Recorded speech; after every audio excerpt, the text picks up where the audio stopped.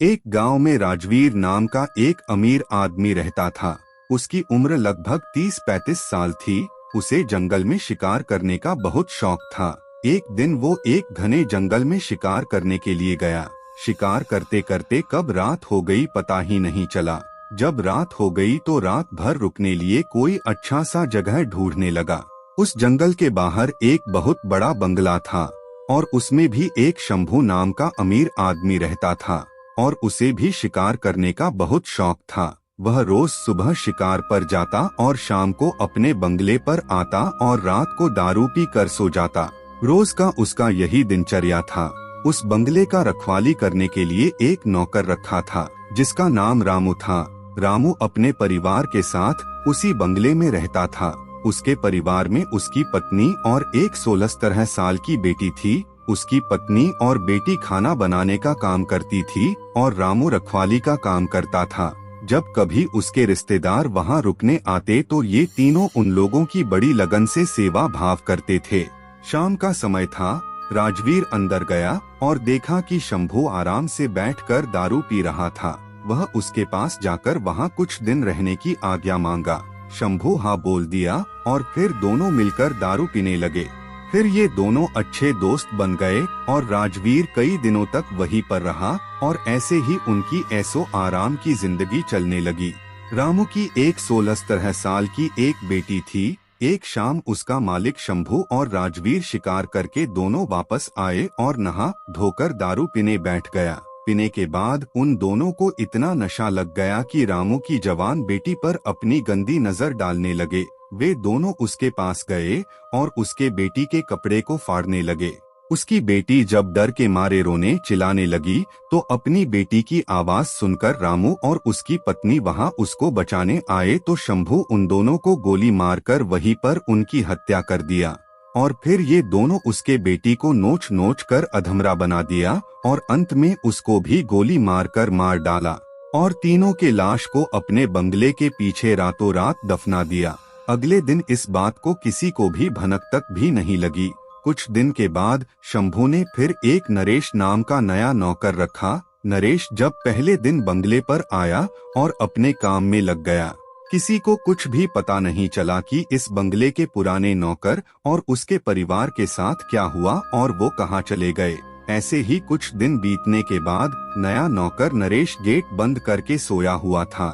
तभी अचानक आधी रात को किसी की रोने आवाज आई और नरेश की नींद खुल गई। उसने एक हाथ में लाठी और दूसरे हाथ में टॉर्च लिया और गेट के पास जाकर बोला, कौन है वहाँ जो इतनी रात गए रो रहा है।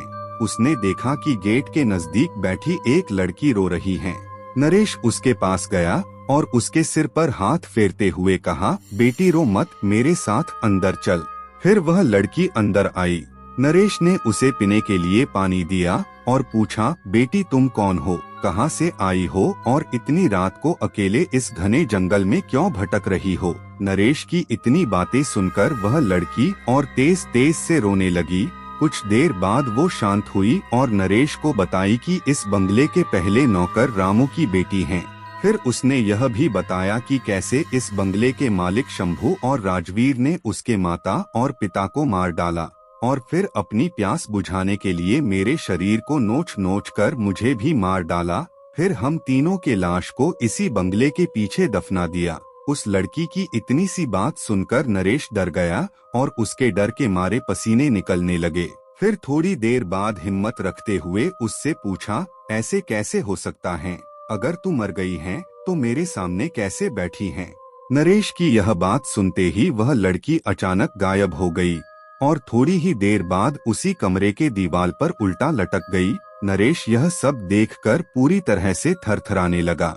फिर अचानक वह लड़की नरेश के सामने आकर बैठ गई और बोली, चाचा आप डरिए मत, मैं आपके साथ कुछ भी बुरा नहीं करूंगी। उसकी बातें सुनकर नरेश का डर धीरे धीरे शांत हो गया और माथे पर आए पसीने को अपने गमछे से पोंछ लिया। फिर उसी रात को उस लड़की ने नरेश को वह जगह दिखाई जहां उन तीनों को दफनाया गया था। नरेश ने कुदाल से खोदकर उन तीनों ने अस्थियों को निकला और फिर उस लड़की से वादा किया कि वह उसका मालिक शंभू और राजवीर के खिलाफ कोर्ट जाएगा और उस लड़की को इंसाफ दिलवा कर रहेगा। नरेश की बातें सुनकर वह लड़की रोते हुए बोली कि चाचा, आपको कुछ नहीं करना है। उस राक्षस से बदला तो मैं लूंगी, बस आप मेरी थोड़ी सी मदद कर दीजिए। फिर क्या उस लड़की के बताए अनुसार नरेश ने बीमारी का बहाना बनाकर उस बंगले की नौकरी छोड़ दी और उस लड़की से किए हुए वादे के अनुसार उसके माता पिता के अस्थियों को जला दिया और उन दोनों के नाम पर पूजा पाठ भी करवाया। उन दोनों की मुक्ति हो गई, लेकिन लड़की के कहे अनुसार नरेश ने ना लड़की के अस्थि को जलाया और ना ही उसके क्रिया कर्म के लिए कोई पूजा पाठ ही किया, क्योंकि उस लड़की ने कहा था कि अगर उसके लिए भी पूजा पाठ हो गई तो वह इस भूती शरीर से मुक्त हो जाएगी और फिर उस दरिंदों से अपना बदला नहीं ले पाएगी। समय बीतता गया। कुछ महीने बाद शंभू ने फिर एक नया नौकर ढूंढने की कोशिश करने लगा, लेकिन उस बंगले में कोई दूसरा नौकर आने को तैयार ही नहीं होता, क्योंकि नरेश दिन रात वही घूमता फिरता रहता और नए आने वाले नौकर को उस बंगले की भूत वाला कहानी सुनाकर भगा देता। कभी कभी वह लड़की भी आने वाले नए नौकर को भूत बनकर रात के समय में अजीब अजीब आवाजें निकलकर डरा देती और वे डर के मारे भाग जाते। फिर दूसरे दिन रखवाली करने नहीं आते। उस बंगले पर ऐसे ही रोज कितने शिकारी आते, दारू पीते, मौज मस्ती करते, लेकिन जिंदा वापस कभी नहीं जाते, क्योंकि वहां आने वाले हर शिकारियों से उसको सख्त नफरत हो गया था। कभी कभी वो लड़की एक सुंदर रूप बनाकर जंगल में जाती और दूसरे शिकारियों को अपने जाल में फंसाती और शाम को उस बंगले में ले आती और रात को अपने असली रूप में आ जाती और उसे चिर फाड़कर मार डालती और उसका खून पी जाती। ऐसी घटना कितने दिनों तक चलता रही और बंगले में मरने वाले शिकारियों के मौत एक रहस्य ही बनी रही। अगल बगल के लोगों के लाख कोशिश करने के बाद भी न हत्यारा पकड़ में आता और न ही उनके लाश। धीरे धीरे यह खबर आसपास के क्षेत्रों में फैल गई कि जंगल के पुराने बंगले में ठहरने वाले हर शिकारी की मौत हो रही है। 5-6 वर्ष बीत गए और अब वह बंगला खंडहर हो गया था, क्योंकि अब किसी में भी इतनी हिम्मत नहीं थी कि वहां रात को ठहरे। आखिर किसको अपनी जान की परवाह नहीं होती। ऐसे ही बहुत दिन बीत गया और वो भूतनी उसी बंगले में रहकर अपने हत्यारे का इंतजार करती थी। आगे पीछे घूमने लगे, जैसा बोलती थी वैसा वे दोनों करते थे। फिर एक दिन लड़की बोली, क्यों न हम लोग किसी दिन जंगल में शिकार पर चले। वे दोनों बोले, ये तो बहुत अच्छी बात है, चलो। दोनों अच्छी तरह से उसकी माया जाल में फंस चुके थे। फिर दूसरे दिन ये तीनों जंगल की ओर निकल पड़े। दिन भर शिकार के साथ साथ मौज मस्ती भी किए। फिर शाम होने लगी। शंभू और राजवीर उस लड़की बोले, अब सूर्य ढलने लगा है और थोड़ी देर में रात हो जाएगी, हमें घर वापस चले जाना चाहिए। तभी भूतनी बोली, डरो मत, आज रात हम यही ठहर कर जंगल का आनंद लेंगे।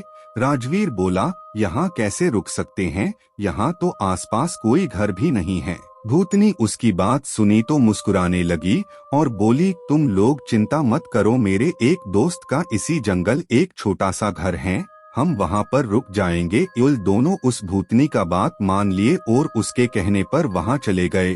रात को पार्टी शुरू हुई। अब भूतनी अपनी डरावनी और भयंकर रूप में उन दोनों के सामने आई। उसको इस रूप में देखकर दोनों के पसीने निकलने लगे। ऐसा रूप देखकर अच्छे अच्छे की पैंट गीली हो जाती हैं। फिर वो क्या चीज थे।